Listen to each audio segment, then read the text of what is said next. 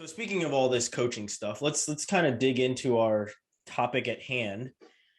Lincoln Riley leaving, going to USC, and Brian Kelly leaving Notre Dame and going to LSU. And coincidentally, I guess and within that contract was a new accent for Brian Kelly as well. Yeah, it wasn't a good one though. It wasn't very good, but he picked up an accent, basically spending 2 hours in Louisiana giving a speech at the halftime game. He picks up an accent, but like all this coaching nonsense that went on literally within like a couple hours of each other, it made me start thinking like, Reid, you have like the background of coming into a school and losing a coach. What was like the mindset of that, right? Like where you're like, hey, I was recruited by this guy who said he was going to be here for us, and now he's gone. Like, what are the students thinking?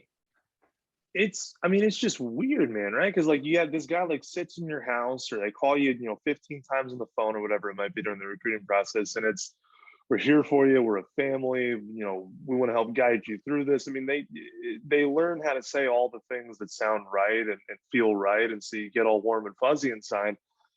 And it's whether it's performance on the negative side or the positive side, it's really hard to conceptualize the idea that that person who sort of guided you through that whole process can just disappear in the blink of an eye, at the behest of numerous people, whether it be school leadership, whether it be that coach in particular. I think it probably, in my situation, the coach that I spoke to was fired in between. So there was some confusion of like, okay, well, like he got fired, so do they even like the recruits that he found? Like, are they going to clear the playing field and whatnot? Like, I was fortunate enough to be one of the folks that the coach wanted to keep on the recruiting class. But I mean, for these kids, it's a totally different sensation, because you basically watch a coach look you in the face and say, hey, you guys are great, but when someone backs a Mack truck of money into a Bayou mansion, I'm out of there. Like, you're only as good to me as this paycheck can provide for me. And that, for a lot of kids, especially when you think about the impact that a coach has on a kid, that stings, man, regardless of the situation. Yeah, he's getting paid $100 million. So like, if you sit back and think about it, of course he's going to take that job, but you don't feel that way sitting in the chair. You feel like that guy is leaving you, and that sucks. All of these coaching incentives that the coaches have, the compensation for Brian Kelly, his base salary is $400,000, but he's going to be making like $9 million a year. Mm-hmm. So like your supplemental compensation is millions and millions of dollars, and then you have all these other incentives. I mean, am I crazy to think that like NIL contracts are going to start to look like the coaching contracts, where there's incentives for performance and winning and anything else? Or is that like still maybe 5 years down the road, where NIL contracts are going to be like, hey, you represent us, you guys make the playoffs, and our logo is out there a little bit more? Am I crazy to think that? I would think that the water is going to be tested there, but I think we all agree that the pendulum is going to swing really hard here in the next 6 to 12 months on NIL regulation. And I don't know if there's enough momentum in that area for that to happen, just because these players don't control their own destiny a lot of the times, right? Like you get an performance incentive to Bucher, the women's college basketball player, right? She signed with Gatorade a couple weeks ago. She got hurt in a game, and she may or may not be playing, right? Can't foresee that. But also, like, what if they're up by 30 points and the coach decides not to play in the second half, right? Well, then, what performance kickers does she lose out on because a coaching decision, not necessarily her decision? So, like, there's all these other layers that I don't think today we can quantify. I mean, that's sort of where I'm thinking. Reid, do you have thoughts on that? I think it is going to come at some point. I think we're a couple of years out from it, solely because the NCAA didn't do their job once again. And the NIL, it basically was just like a top that busted. Like, there was no guidelines around it. There was no conversation around it. There was no preparation around it. It was the government telling the NCAA that we're going to sue, you're going to be sued to Timbuktu if you don't make this happen. So they just let it rip. So I think it's going to take a couple of years for us to kind of figure out what is and is not viable in that marketplace, and for companies to decide what they think is viable and not viable in the marketplace. But for these high-end blue chip athletes to not have representation, to not have those types of things, at least attempted to be put into contract structures, I think would be ridiculous. Basically, we have to wait until Dabo Swinney says it's a bad idea, and then we know we're getting some headway, and we're probably doing something that's beneficial for the student athletes to some capacity. I guess I'm just kind of hung up on what, you know, the NIL deals. This is the tip of the iceberg, and Right, we don't know. Yeah, like what was it? Keyshawn Johnson's show on ESPN the one morning. Him and Jay Will were discussing, you know, where are these NIL deals going to go? The revenue that is generated from these NIL deals, like viewership wise, are these athletes going to be like, hey, listen, I'm a starter. I need a piece of the viewership money that these channels are getting. You know, we have the article on the site right now about, you know, these schools doing these group licensing deals where they can now have their name and number on their jersey. You can go into the school store and, you know, I can get a Reid Meyer jersey, and Reid gets a part of that now.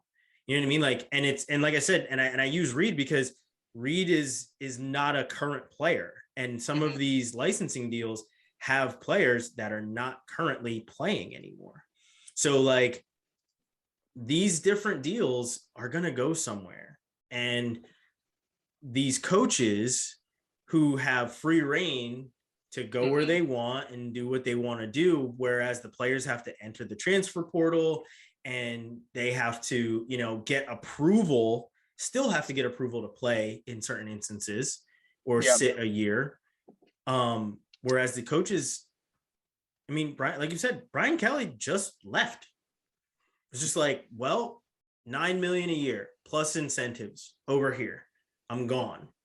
You know, and in our COVID world, they're doing interviews just like we are doing right now, sitting here talking from the privacy of his own home. Normally, if Brian Kelly took an interview with LSU, they're like, Brian Kelly was in Louisiana today getting off this private plane, and then we saw him on campus. And then the rumors would have been circulating.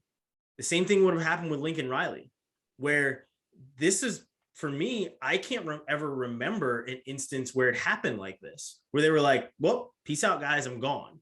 I cannot remember an instance of any coach just being like, all right, I'm going to go. Yeah, I mean, if at the most egregious, it would be they took a job in between the end of the regular season and their bowl game. They finished out the bowl game, and then they head out wherever they're going to go, right? I mean, like that sort of was the norm of a coaching carousel season. But to have the ability to just throw up the fingers and go is a newfound thing. And I think too, especially Lincoln Riley's situation, like that one to me, I feel like is such a good learning point for anybody who's in high school and is looking at, you know, they're going through the recruiting process, they're talking to coaches, they're sort of looking at this stuff from the inside out, trying to decide, or outside in, they're trying to decide how to navigate this stuff. I mean, Lincoln Riley to me is a perfect example of, you know, by all intents and purposes, if he's going through the recruiting trail, it's so easy for him to market it as like, you know, I've been here for years. I'm committed to this team. We're so close to getting to the national championship. I'm in a college town that I'm beloved by. You know, I'm not going anywhere. These are my guys. The reality of it is, if someone backs up $100 million onto an LA mansion where you can go to a team that hasn't been 500 in 3 years, he's got no pressure. He's living in Southern California instead of Norman, Oklahoma.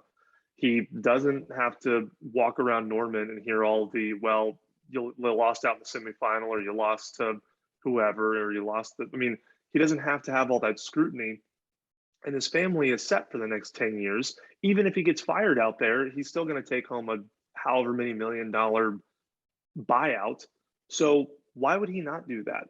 I mean, it's infuriating as a player, I'm sure, but when you look at it rationally, like, of course Lincoln Riley would take that deal.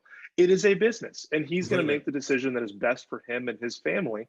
And if he can get both of his houses in Norman bought and a $6 million house given to him at USC, in addition to all these other incentives that he's being given for a job that's going to give him a longer leash, there's absolutely no reason why he wouldn't take it. So as much as you want to be frustrated at the whole situation, when you look at it objectively, of course he was going to take that job.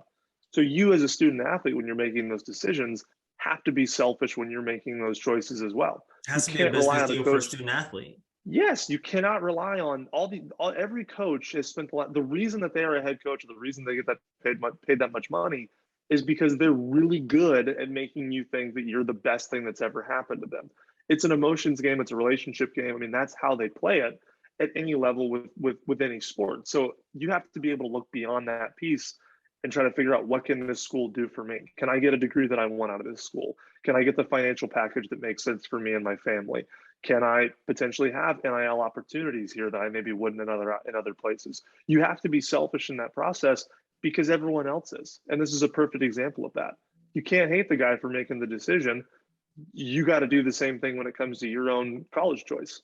Yeah. And you got to remember is that when they are sitting in your living rooms, they're not going to tell you the truth to that matter, right? They're going to tell you you're the best thing since sliced bread. They're going to hand you the glossy pamphlet. They're going to show you the gorgeous dining hall. They're going to take you into their locker room that has, you know, a barber chair and your personal seat in the locker room. It massages you. Like, they're going to show you the most gorgeous things on campus when you come for your trip. They're going to tell you all the great things when they're sitting in your living room. They're not going to give you the truth spiel. They're going to be like, hey, listen, you're awesome and we're awesome and we can be awesome together. No one is ever going to truly blatantly wave their red flags in your face when they're trying to recruit you, you know? So like, you literally as a student athlete, and I think that they're starting to do that a little bit more now that there's money incentives behind it, is they're starting to look at it as a business. Because like you said, Lincoln Riley's got all this money backed up to an LA mansion. Same thing with Brian Kelly. And the craziest part about it is thinking like the LSU part of it is that not only is LSU going to be paying Brian Kelly all this money, they just bought out Coach O for nearly a $17 million buyout. So like, the amount of money that is just being thrown around for these coaches, while the players are, you know, the biggest deal around, that's huge. You know, that's huge. So hopefully the players continue to, and these student athletes continue to look at it as a business. While, you know, you are going to get a great education, all these other things are going to come from it. You do also have to look at it from a business standpoint and learn from the way that these coaches are looking at it as well. The majority of top state and federal employed people are head coaches of football teams. Yep. Like, Nick that Saban is for the one. reality. Exactly. Right. Kirk Ferentz, Lincoln Riley in Oklahoma until recently. I Sarkisian, I'm pretty sure in Texas. Yeah. It's and whatever. The president of the United States of America makes $450,000 a year. Like, let's just say, I mean, it's astronomical what these coaches are making, but that's how valuable they are to these institutions. And that's not going to change anytime soon. So now it's like, how do you push that value to some of that value to the athletes that actually are performing on the field? Yeah. And I like I said, I just hope that I hope that the value does start to get shifted to the athletes that are on the field, on the court, you know, that are, you know, the man in the arena sort of thing is what I'm hopeful starts to happen for them. Because, and I think there'll be opportunities. Maybe it won't be in the next couple of years, but there will be opportunities for like on jersey branding or other items. Is like, you can wear this during the game, but you can't wear it on the court, or things of that nature for these kids as we get going. Like, the one thing I think of is like, a lot of basketball players wear undershirts, and they can have their brand or specifically their brand or another brand logo that doesn't compete with a university, right? University approved. Like, there's other ways for them to get incentives, I think, down the road, as far as like brand recognition. But like, I think, again, it's a Wild West and everything's open.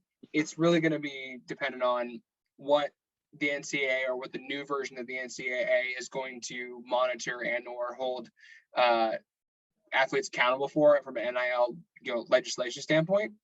but also, and we don't talk about this enough, like what are the ramifications of 18 to 22-year-olds having money and signing these deals, and what is the things that happen because of those things, whether it be positive as far as opportunities or negative as far as not being ready or having the financial literacy to actually cope with having capital or sponsorship deals, or sponsorship deals go in a negative spin, right? They don't fulfill the contractual obligations, or tax ramifications, those kind of things.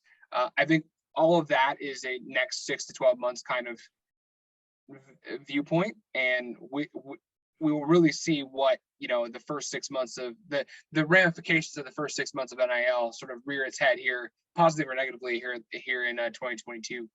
Yeah, and I think April these coaching deals are specifically. going to have a serious impact on NIL deals. Yes. I just have a feeling that the way that things are being structured contractually are going to start to trickle down into how things are structured contractually for these athletes. Yeah, I agree. I mean, yeah, it's really going to turn into, what can you do for me? And the more you're on the field, the more you're on the court, the more eyeballs you have on you, right? Like that's going to translate into more dollars, as it should. It certainly should. How do you protect athletes from themselves in those instances, right? And that's really where we just don't know at the moment on how those things are going to work out. Yeah, I think schools that invest in viable support services, in my opinion, are going to slowly start to rise to the top. Because right now you have all these schools, and I think Texas has one that they named it. I think Ohio State has one, but like Purdue we've talked to some of the student, but like we've talked to student athletes there, and they basically say they help them in the same way that like the IRS helps me do taxes. Like they throw the forms my way, and they're like, you got to fill these out, and you're like, all right, well, how much do I owe? And they're like, we know. You got to find out, and if you're wrong, it's going to be bad for you. Yeah, so like it's always a test. Yeah, you can throw a sheet at somebody and say that you're offering student support services, but at the end of the day, like when that guy that got the car for his NIL deal, when April rolls around and somebody reminds him that you got to pay taxes on that bad boy, where is that? Who told him about that? Who told her about that? Like, that is a world that is going to blow the doors off some people. I'm 27. I don't know how to do taxes like a real person now, much less at 17, 18 Don't put that years on old. camera. Don't tell the people that. It's fine. There's more important people to audit. But certainly, I think people that schools that create viable student support services for those types of things, as we build this whole thing out, are going to slowly rise to the top, because you're not going to have instances of kids getting into financial struggles. You're not going to have instances of things getting taken away after 6 months because they got it, didn't realize they had to pay something on it, and now it's coming back. You're going to have people that are in the school that are built to help kids build out safe contracts that aren't exploitative in ways that they just cannot possibly commit on or cannot possibly execute on, so that it puts businesses in a position where they don't have to pay certain money that they offered. Is there, what do they call it, supplemental compensation, like Brian Kelly has? I think that kind of stuff is going to be so important for the kids moving forward, and it's not sexy, so it doesn't really get put in the news a lot and things like that. But that's the kind of stuff that I think after a while you're going to see trends as far as schools that continue to succeed and schools that have a bit of a wave to their success.